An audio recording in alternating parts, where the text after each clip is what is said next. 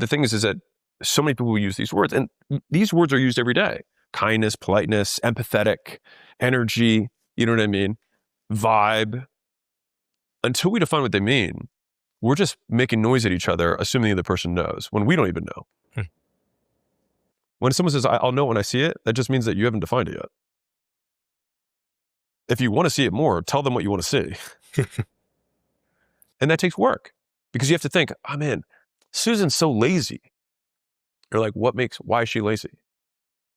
Like, what did she do to cause you to say that? And then eventually it gets really down to like, she's pretty slow on Slack to respond to shit. Okay.